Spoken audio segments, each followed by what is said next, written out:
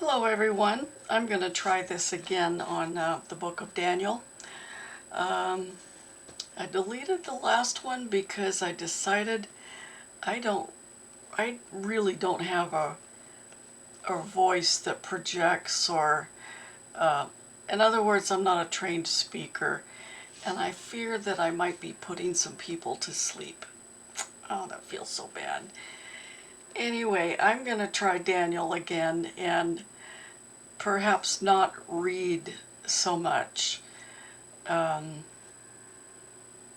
don't know, I'm just thoroughly embarrassed with that last one. Okay, so let's try the book of Daniel again.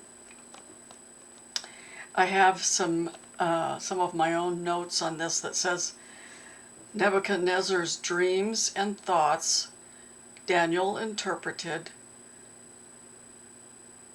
He was saved from the lion's den. The people who charged, including family, were thrown into the den and ripped to their bones. Oh boy, maybe that's another reason I don't read. I shouldn't read so much of this. But what comes to mind is after reading all of these books in more concentrated time, I guess I'm just coming to the conclusion that this is from the beginning of time. People learned how to be vicious with each other. It was, well, dog eat dog.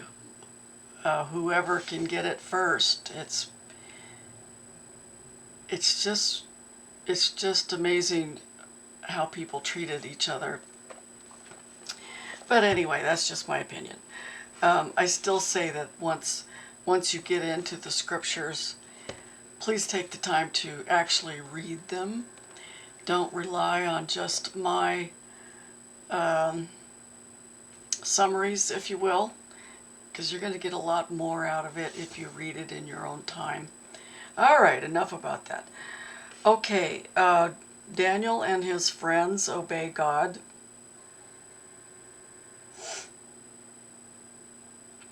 And I'm sorry, but I'm going to read this first chapter again. And then from then on, I'm just going to read the subheadings so I can feel better about myself. Okay. Daniel and his friends obey God.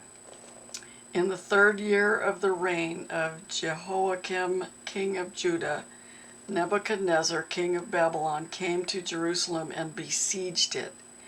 And the Lord gave Jehoiakim, king of Judah, into his hand with some of the articles of the house of God, which he carried into the land of Shinar to the house of God, lowercase God, his God. And he brought the articles into the treasure house of his God, lowercase God. Then the king instructed Ashpenazi, I guess, the master of his eunuchs, to bring some of the children of Israel and some of the king's descendants and some of the nobles, young men in whom there was no blemish, but good-looking, gifted in all wisdom, possessing knowledge and quick to understand, who had ability to serve in the king's palace, and whom they might teach the language and literature of the Chaldeans. And the king appointed for them a daily provision of the king's delicacies and of the wine, which he drank, and 3 years of training for them, so that at the end of that time they might serve before the king. Now from among those of the sons of Judah were Daniel, Hananiah, Mishael, and Azariah. To them the chief of the eunuchs gave names. He gave Daniel the name of Belteshazzar. He gave to Hananiah Shadrach, to Mishael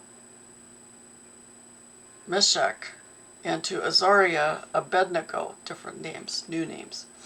But Daniel purposed in his heart that he would not defile himself with the portion of the king's delicacies, nor with the wine which he drank. Therefore he requested of the chief of the eunuchs that he might not defile himself. Now God had brought Daniel into favor and goodwill of the chief of the eunuchs. And the chief of the eunuchs said to Daniel, I fear my lord the king, who has appointed your food and drink. For why should he see your faces looking worse than the young men who are your age? Then you would endanger my head before the king.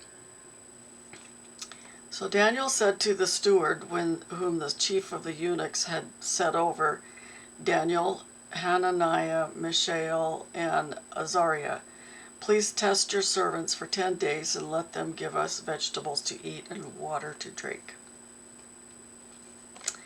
Going on, they did that for 10 days.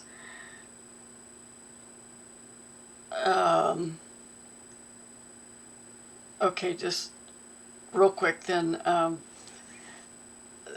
And in all matters of wisdom and understanding about which the king examined them, he found them 10 times better than all the magicians and astrologers who were in all his realm. Thus Daniel continued until the first year of King Cyrus. Okay, then Nebuchadnezzar's dream. I remember from reading this now 2 or 3 times. Nebuchadnezzar had required, I'm going to say just required some folks to interpret his dream, but he wasn't putting it out like, here's my dream and interpret it for me. Instead, it appears that he was making them tell him his dream, like a magic thing, telling him what his dream was. So that didn't turn out very well.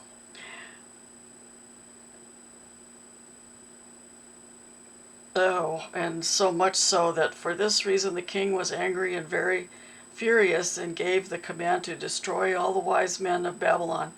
So the decree went out, and they began killing the wise men, and they sought Daniel and his companions to kill them. God reveals Nebuchadnezzar's dream.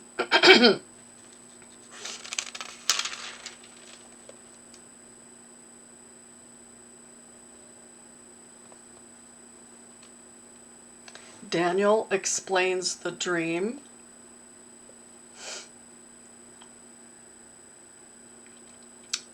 Worth a read. The image of gold.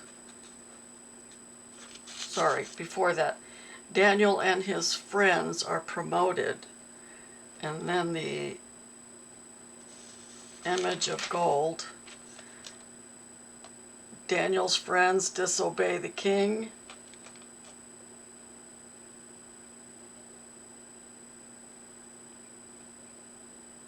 Saved in a fiery trial.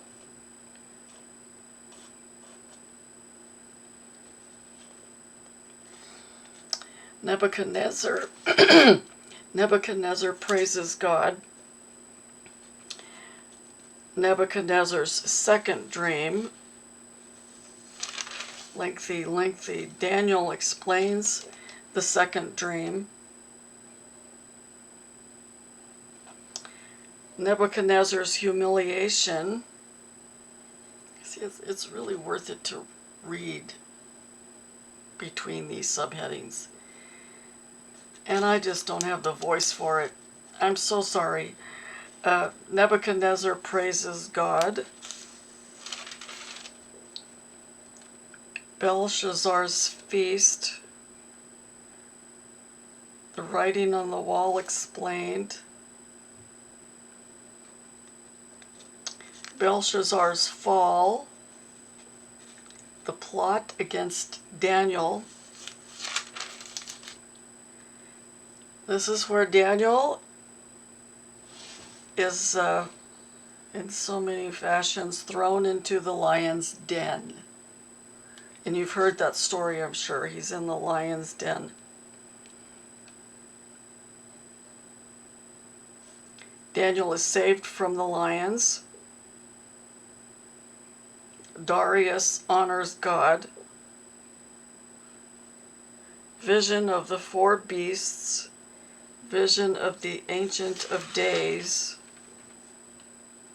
Daniel's visions interpreted. Vision of a ram and a goat.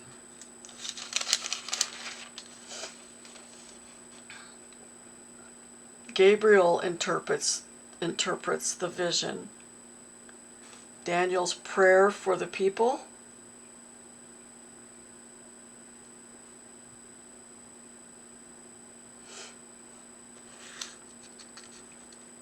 The 70 weeks prophecy. 70 weeks are determined. Just a little bit of a segue here. I follow a pastor in Leesburg, Virginia. He's at the Cornerstone Chapel in Leesburg, Virginia. Teaches right out of the book. And he was talking about the 70 weeks. And I would suggest you find him on YouTube.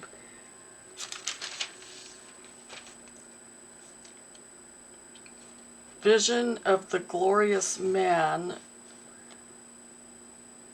This has to do with what is now the land of Iran instead of Persia. It's talking about Persia.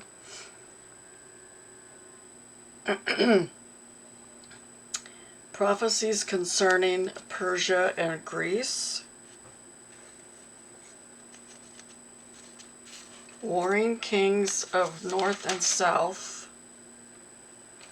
The northern king's blasphemies. The northern king's conquests.